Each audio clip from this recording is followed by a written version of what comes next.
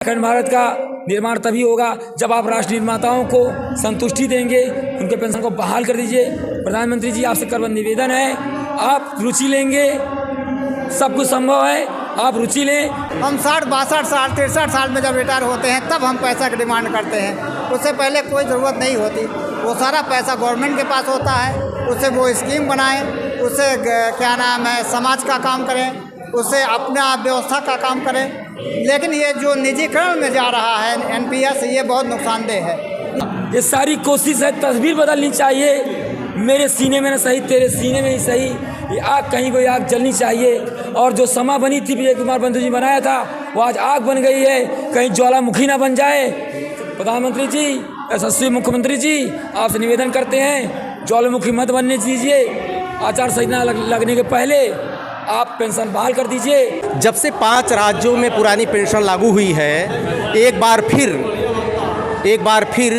NPS का विरोध और पुरानी पेंशन की मांग उठ गई है। पुरानी पेंशन एक बार फिर ट्रेंड करने लगा है। यहाँ पर देखिए मंडलीय सम्मेलन चल रहा है और अटेवा का। कुछ हमारे यहाँ पर देखिए कुछ लोग आए हैं बाहर से। क्या आपकी बार मुद्दा बनेगी पुरानी पेंशन? बिल्कुल सर, मैं डॉक्टर वीरेंद्र यादव जी जनपद गाजीपुर से आया हूँ, प्रदेश सोशल मीडिया से प्रभारी हूँ। और पुरानी पेंशन का आंदोलन इस कदर बढ़ चुका है कि हम लोग पूरे सरकार को हिलाने का काम कर रहे हैं। जब तक सरकार की कुर्सी नहीं हिलेगी तब तक वह पुरानी पेंशन देने में आनाकानी करेगी। और जिस दिन कुर्सी हम लोग हिला देंगे उस दिन निश्चित रूप से वो और प्रधानमंत्री जी सबसे बड़ी न्याय पंचायत, दिल्ली के सबसे बड़ी न्याय पंचायत संसद से बोल रहे हैं, तो निश्चित रूप से पुरानी पेंशन बहाली का रास्ता खुलता नज़र आ रहा है। और मैं इसके लिए मंत्र एक देना चाहूँगा कि गाजीपुर की धरती में पर रामलीला मैदान लंका मैदान गाजीपुर में 50,000 प्लस शिक्षक कर्मचारियों अधिकारियों का हुजूम इकट्ठा हुआ था 12 फरवरी 2023 को।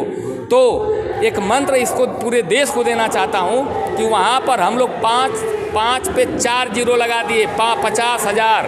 और पूरे देश, पूर्वांचल के लोग केवल थे उसमें, और पूरे देश को और उत्तर प्रदेश के साथियों को और पूरे देश को मैं आह्वान करना चाहता हूँ कि 5 पर जो हम गाजीपुर ने 4 जीरो लगा दिया, 2 जीरो पूरे हिंदुस्तान से लगा दो। तो दिल्ली में रामलीला मैदान को पूरी शिद्दत से भर दो। निश्चित रूप से उसी दिन पुरानी पेंशन बहाल हो जाएगी। और नवंबर 2023 में निश्चित रूप से हमारी विजय कुमार बंधु जी ने, जो पेंशन पुरुष हैं, उन्होंने आह्वान किया है कि नवंबर 2023 में दिल्ली के मैदान रामलीला मैदान को भर दो।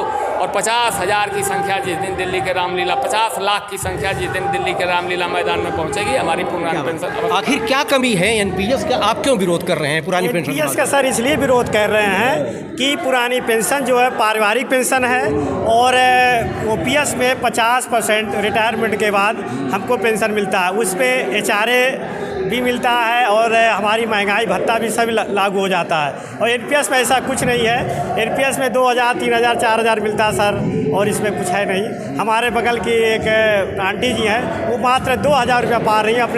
अपने बच्चों का वो पढ़ाई लिखाई नहीं कर पा रहे हैं। उनका पौत्र 50 रुपये एक बार मांग रहा था कि भैया मेरे पास पैसा नहीं है, मैं नहीं दे पाऊँगा। तो इस तरह की एनपीएस है सर। एनपीएस आप सर क्या कहना चाहते हैं? मैं कहना चाहता, जिनकी चर्चा कर रहे थे वो मेरी सगी खुद चाची हैं, और मैं बताऊं उनका दर्द मैं जान सकता हूं कि मात्र 2,000 रुपये पेंशन पा रही हैं, और उन्होंने हमेशा कहती बाबू मिलेगी कि नहीं मिलेगी। मुझे इतना कष्ट पीड़ा होती है। हमारे प्रधानमंत्री जी प्रधान सेवक बोलते हैं अपने को, तो हम भी शिक्षक सेवक हैं, हम भी समाज का सेवा कर रहे हैं। आप श्रीलंका की मदद कर रहे हैं, आप जो संकट में देश है उनकी मदद कर रहे हैं। पहले अपने देश की मदद कर दीजिए, हमारे शिक्षकों की मदद कर दीजिए। हमें बुढ़ापे में कौन पूछेगा? हमें 2,000 आज मान लीजिए, आज से 10 साल बाद, 20 साल बाद 15,000 पेंशन देंगे। वो 15,000 पेंशन 1,500 के बराबर भी नहीं होगी। हमें कौन पूछेगा? वो हमारा सम्मान, हमारा अधिकार है। हर चीज़ के लिए पैसा है, पेंशन के लिए पैसा नहीं है। हम हमारे जो अंतर्राष्ट्रीय पुरुष हैं, जो विश्व गुरु पुरुष हैं, जो भारत को विश्व गुरु बना रहे हैं। ऑस्ट्रिया कह रहा है कि मोदी जी के फैक्ट पे बोलूँगा, ऑस्ट्रिया खुद कह रहा है कि मोदी जी की अध्यक्षता में आयोग बनाकर तृतीय विश्व युद्ध को रोका जा सकता है। वीटो पावर देने जा रहे हैं। आप वीटो पावर ले रहे हैं, वो आप अखंड भारत का निर्माण कर रहे हैं। अखंड भारत का निर्माण तभी होगा जब आप राष्ट्र निर्माताओं को संतुष्टि देंगे, उनके पेंशन को बहाल कर दीजिए। प्रधानमंत्री जी, आपसे करबद्ध निवेदन है, आप रुचि लेंगे, सब कुछ संभव है, आप रुचि लें। उसी पर 2 लाइनें कहना चाहूँगा। दुष्यंत कुमार की लाइनें हैं कि सिर्फ हंगामा खड़ा करना मकसद मेरा नहीं। क्या बात। ये सारी कोशिश है, तस्वीर बदलनी चाहिए। मेरे सीने में ना सही, तेरे सीने में ही सही, ये आग कहीं कोई आग जलनी चाहिए। और जो समा बनी थी विजय कुमार बंधु जी बनाया था, वो आज आग बन गई है, कहीं ज्वालामुखी ना बन जाए। प्रधानमंत्री जी, यशस्वी मुख्यमंत्री जी, आपसे निवेदन करते हैं ज्वालामुखी मत बनने दीजिए। आचार संहिता लगने के पहले आप पेंशन बहाल कर दीजिए। आप बहाल करिए, हमारी पेंशन बहाल करिए। आप अनंत काल के लिए बहाल हैं। ये शिक्षक समाज का वादा है, ये सभी कर्मचारियों का वादा है, यह टेवियंस का वादा है। भारत अखंड रहेगा, लेकिन तभी रहेगा जब शिक्षक सुरक्षित रहेगा।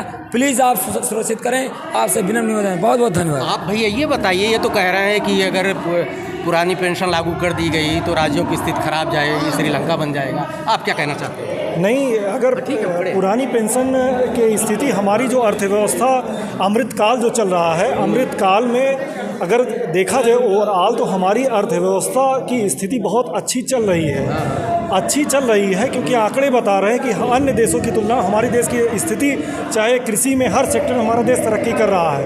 लेकिन कर्मचारियों की स्थिति जो है बहुत अच्छी नहीं है, और उन्हीं स्थितियों को अच्छी करने के लिए हमारे पास बहुत सारे ऐसे आंकड़े हैं। उन आंकड़ों के माध्यम से बता सकते हैं कि अगर हमारी कर्मचारी ही इस पूरी अर्थव्यवस्था की रीढ़ हैं, अगर इस रीढ़ को ही हम सही तरीके संभाल नहीं पाएंगे तो पूरी अर्थव्यवस्था हमारी चरमरा जाएगी। तो अगर हम सरकार से पूरे निवेदन करते हैं कि हमारे पूरे सरकारों से हमारे जितने कर्मचारी आपकी रीढ़ हैं, और इन रीढ़ को तभी आप कर सकते हैं कि पुरानी पेंशन इतनी अवसर दे, क्योंकि हमारी आने वाली जनरेशन, हम उनको क्या देकर जाएंगे, कम से कम एक इतिहास तो रहेगा कि हमारी जो जनरेशन है इन लेंगे हमने किया है। तो इससे पूरी अर्थव्यवस्था, जो हमारी पीढ़ियाँ आएंगी, पीढ़ी दर पीढ़ी, पुरानी पेंशन नहीं, पूरी दीर्घकालिक तक इसका बेनिफिट मिलेगा, सरकारों को मिलेगा, परिवारों को मिलेगा, समाज को मिलेगा।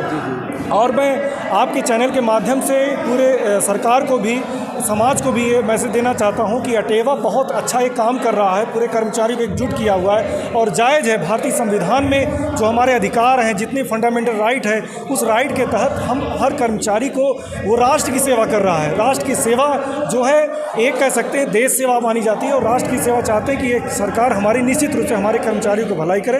बहुत बहुत धन्यवाद आपका। आप कुछ कहना क्या चाह रहे हैं सर? नकारात्मक रवैया है सरकार का, तो क्या आपको लगता है कि पेंशन लागू करेगी?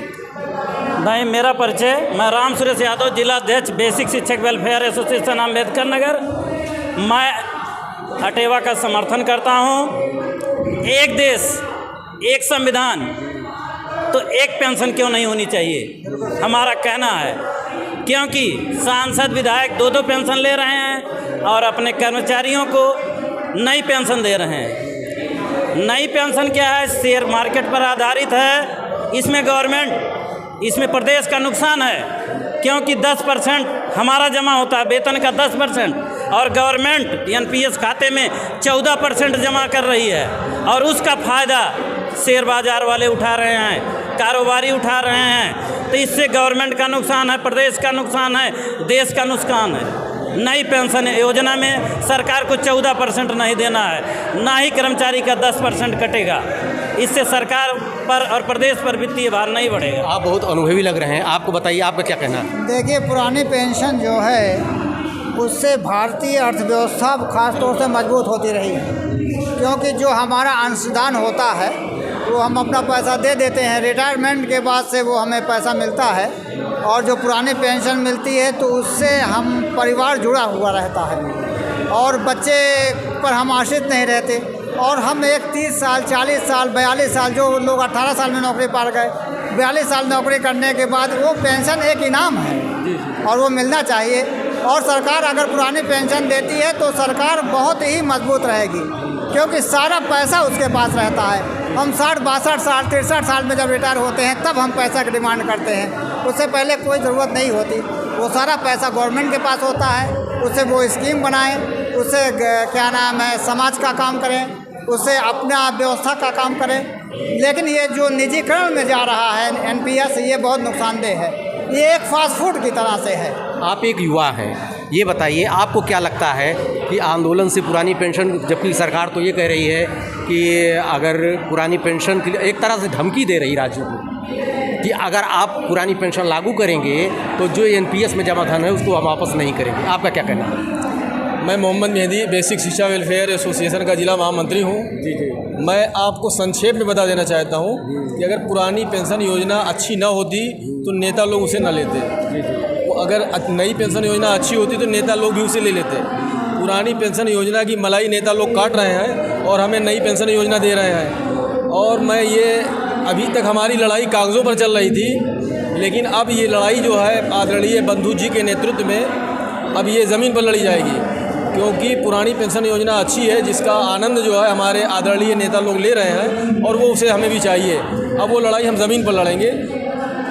ऐसा लगता है कि राज्य सरकार का भी टारगेट 2024 है और ये पुरानी पेंशन की मांग ये अटेवा संघ का भी टारगेट 2024 है। अब की बार किसी कीमत पर मानने वाला नहीं है और पुरानी पेंशन लेकर ही रहेगा। देखते रहिए अयोध्या दर्पण। ढेर सारी शुभकामनाएं। धन्यवाद। आपका भी हाथ दर्द करने लगा हो गया।